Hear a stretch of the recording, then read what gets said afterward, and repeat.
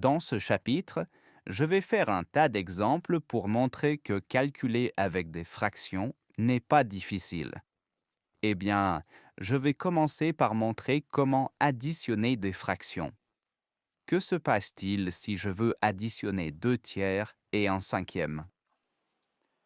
Comment additionnons-nous cela maintenant?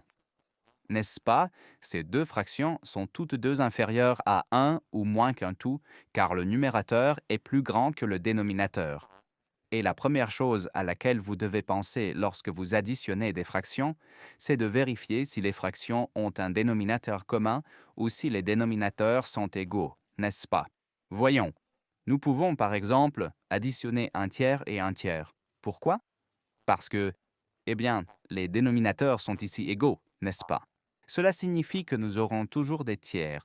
Il suffit d'additionner les numérateurs, n'est-ce pas? Un tiers plus un tiers font 2 tiers.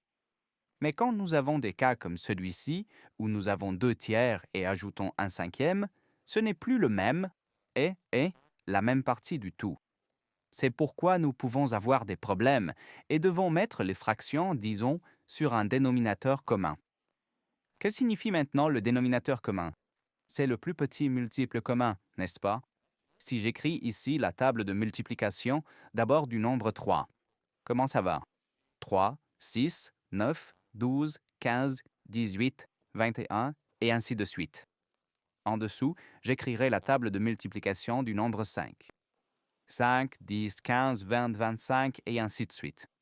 Donc, le plus petit dénominateur commun de ces deux nombres est 15, n'est-ce pas?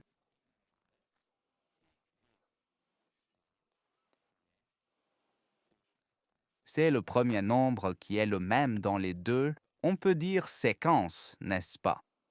Et c'est le plus petit multiple commun, et en même temps, le plus petit ou dénominateur commun, 15. Et comment obtiendrai-je 15 ici, n'est-ce pas? Si je regarde seulement cette première fraction, comment obtiendrai-je 15? Eh bien, je devrais multiplier ce 3 par 5. Et si j'élargis la fraction, n'est-ce pas? Ce que je fais ici, c'est-à-dire multiplier le dénominateur par un certain nombre, je dois faire de même avec le numérateur. 2 fois 5, nous savons que cela fait 10. Eh bien, appliquons la même méthode à cette fraction. Donc, si nous mettons au dénominateur commun 15, qu'avons-nous fait? Nous avons multiplié le dénominateur par 3. Et si nous élargissons la fraction, nous devons faire de même avec le numérateur.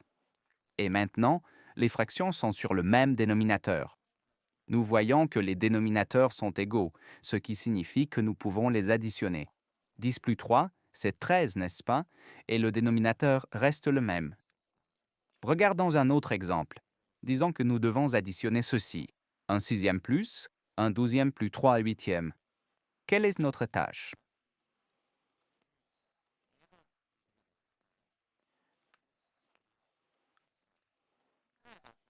Notre tâche est de trouver d'abord le dénominateur commun de ces trois nombres ou le plus petit commun multiple. Alors, si j'écris d'abord la table de multiplication du nombre 6, 6, 12, 18, 24, 30 et ainsi de suite. Puis 12, 24, 36 et ainsi de suite. Et aussi 8, 16, 24, 32 et ainsi de suite. Donc les tables de multiplication de ces trois nombres. Le dénominateur commun est 24, n'est-ce pas? C'est le plus petit nombre qui apparaît pour la première fois dans ces séquences ou dans ces tables de multiplication. Bien sûr, nous n'écrirons pas toujours cela, Cela, avec le temps ou avec la pratique, eh bien, nous le savons, Même dans les séries précédentes, eh bien, nous nous sommes occupés, lorsque nous faisions des divisions 1, à chercher le plus petit commun multiple. Alors, qu'écrivons-nous maintenant? D'abord, la première fraction, on la met sur 24. Et qu'est-ce que cela signifie? Cela signifie que nous avons multiplié 6 par 4. Si nous élargissons la fraction, nous devons faire de même avec le numérateur. Donc 1 fois 4 égale 4. Passons à la suivante. Plus 24, Si nous avons multiplié ce 12 par 2, nous devons aussi multiplier le numérateur et le 8, Si nous avons multiplié 8 par 3 pour obtenir ici 24, alors nous avons aussi multiplié cela par 3, ce qui fait 9. Et maintenant, nous pouvons additionner 1, car nous avons un dénominateur commun. Donc 4 et 24, 6 et 9 font 15. 15 24e. Bon, mais cette fraction 1, nous pouvons maintenant la simplifier. Si nous divisons le numérateur et le dénominateur par le même nombre, à savoir par 3. Si nous divisons par 3, n'est-ce pas, 15, nous obtenons 5. Si nous divisons 24 par 3, nous obtenons 8. Et c'est, n'est-ce pas, c'est-à-dire un 6e et un 12e et 3 huitièmes font 5 huitièmes. Cela signifie que nous pouvons écrire une règle, n'est-ce pas? Si nous additionnons A sur B et C sur D, nous mettons d'abord sur un dénominateur commun, n'est-ce pas? B fois D, c'est-à-dire nous multiplions, et ensuite ici nous multiplions par D.